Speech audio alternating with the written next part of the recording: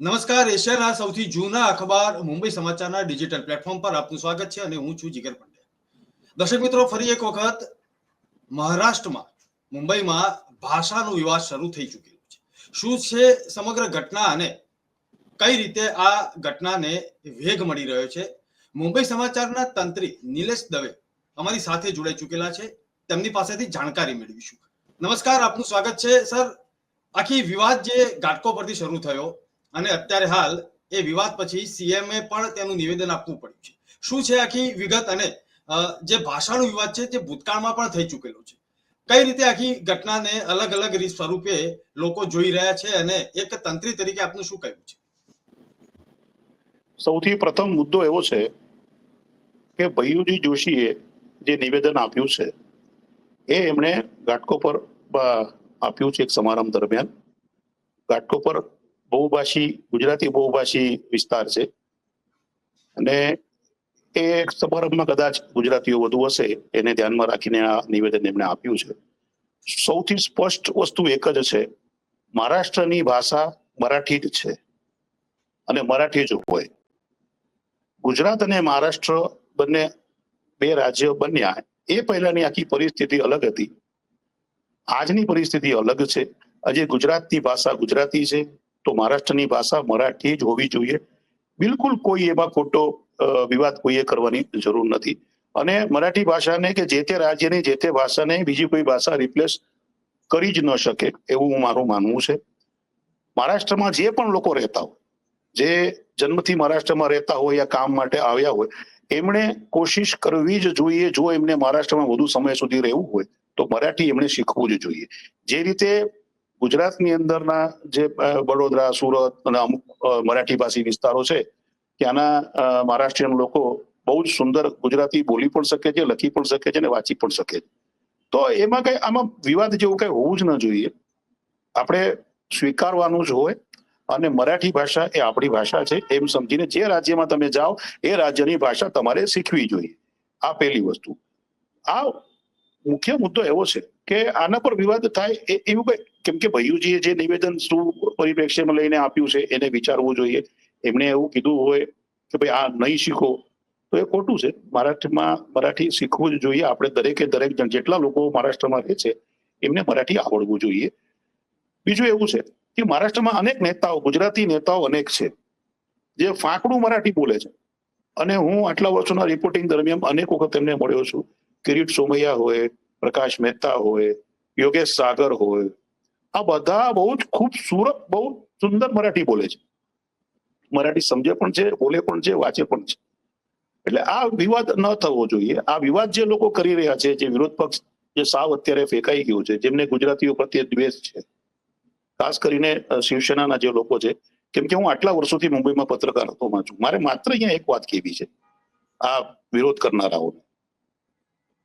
1996માં પ્રથમ વખત શિવસેના અને ભાજપની ગવર્મેન્ટ આવી હતી. એ સમયે હું એક ગુજરાતી અખબારમાં પત્રકાર તરીકે કામ કરતો હતો. એ સમયે ચીફ મિનિસ્ટર મનોહર જોશી હતા અને હોમ ડિપાર્ટમેન્ટ ગજાનન કીર્તિકર પાસે હતું. અચાનક ગજાનન કીર્તિકરે ચર્ચગેટની રીટ્સ હોટલમાં માત્ર ગુજરાતી પત્રકારોની પ્રેસ કોન્ફરન્સ બોલાવી હતી. એ પ્રેસ કોન્ફરન્સ દરમિયાન એ સમયે અનેક અખબારો મુંબઈમાંથી ગુજરાતી પ્રકાશનો વધુ હતા, એટલે લગભગ 13-14 પત્રકારો ત્યાં ભેગા થયા હતા પત્રકાર પરિષદમાં. હવે તમે સાંભળો આ મુદ્દો કેટલું વિશાળ. લોકો એમને બાળા સાહેબને નથી માનતા, બાળા સાહેબને માનતા. તમે જુઓ, ગજાનન કીર્તિકરે ત્યાં એવું સ્ટેટમેન્ટ આપ્યું કે એને 4 દિવસ પહેલા બાળા સાહેબે ઘરે બોલાવ્યા, જે આ પ્રેસ કોન્ફરન્સ ચાલતી હતી એના 4 દિવસ પહેલા. અને બોલાવીને એમ કીધું, એ સમયે નવું પત્રકારો માટેનું ભવન ને એ બધાની શરૂઆત થઈ હતી અને અનેક મરાઠી ભાષી પત્રકારોને 10% કોટામાં ફ્લેટ મળ્યા હતા. આ વાતની જાણ બાળા સાહેબને હતી. એના પછી બાળા સાહેબે ગજાનન કીર્તિકરને મોકલ્યા પ્રેસ કોન્ફરન્સ, અને એને સ્પેશિયલી કીધું કે આ મહારાષ્ટ્રની અંદર અનેક મરાઠી ભાષી તો છે જ, અનેક ગુજરાતી પત્રકારો પણ રહે છે. આપણે ગુજરાતી પત્રકારોને પણ 10% કોટામાં ફ્લેટ આપવા જોઈએ. આ નિવેદન બાળા સાહેબને લાખો ગુજરાતીઓ પ્રેમ કરે છે એનું કારણ આ છે. બાળા સાહેબ એની જિંદગી દરમિયાન ક્યારેય ગુજરાતીઓનો વિરોધ નથી કર્યો. તો વર્ષોથી એમના હયાતીમાં બી ઘણું બધું રિપોર્ટિંગ કર્યું છે. એક પણ વખત બાળા સાહેબે ગુજરાતી ભાષા કે ગુજરાતી માણસોનો વિરોધ નથી કર્યો. ઓન ધ કોન્ટ્રરી એમણે ઘણા ગુજરાતીઓને તૈયાર કર્યા છે, ઘણા ગુજરાતીઓ સાથે એના સારા સંબંધો છે. દુઃખ ક્યારે થાય છે કે એમના જે વંશજો આવી અને માત્ર મતના આધારે જે વિભાજનનો પ્રયાસ કરી રહ્યા છે ને એનું દુઃખ થાય છે. જી. એટલે આ ભાષા વિવાદનું કારણ નહીં બનવું જોઈએ. જે મુદ્દાને વિસરી અને લોકો કરી રહ્યા છે એ ખોટું છે. એક સ્પષ્ટ વાત એ છે કે મહારાષ્ટ્રની ભાષા મરાઠી છે અને રહેશે. મરાઠી હતી એટલા માટે નહીં કહું કે એક સમયે મહારાષ્ટ્ર પણ નહોતું ને ગુજરાત પણ નહોતું. એક મુંબઈ આપણું જયારે હતું ને ભેગા હતા.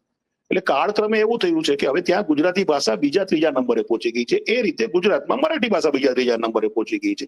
એ રીતે બીજા કોઈ દેશની અંદર છે જે જેમ જેમ વિભાજન થતા ગયા, રાજ્યો બનતા ગયા, એ રીતે દરેક રાજ્યની ભાષા નક્કી થતી ગઈ. ત્યાંના લોકો પ્રમાણે જે વિભાજન થયું છે તેમાં સ્વીકારવાનું જોઈએ. એટલે આવી નાની વાત પર આટલું મોટું વિવાદ ઉભો કરવો એ મને નથી લાગતું કોઈ બહુ મોટું હોય. મુખ્ય એવું છે દરેક ઘણા ગુજરાતીઓ બહુ સારું મરાઠી બોલે છે. અનેક પત્રકારો હું કહું કે જે ફિલ્ડ પર જતા હોય છે એ બહુ જ સરસ મરાઠી બોલે છે.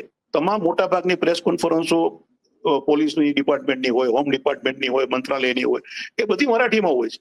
અને ગુજરાતી પત્રકારો મરાઠી ભાષામાંથી ગુજરાતીમાં ટ્રાન્સલેશન કરી લઈએ છે, બોલી લઈએ છે. એ જ રીતે રંગભૂમિ હોય, એ જ રીતે મરાઠી ફિલ્મો હોય, ગુજરાતી ફિલ્મો હોય. બંને ભાષા વચ્ચેનું આદાન પ્રદાન બહુ સારું છે.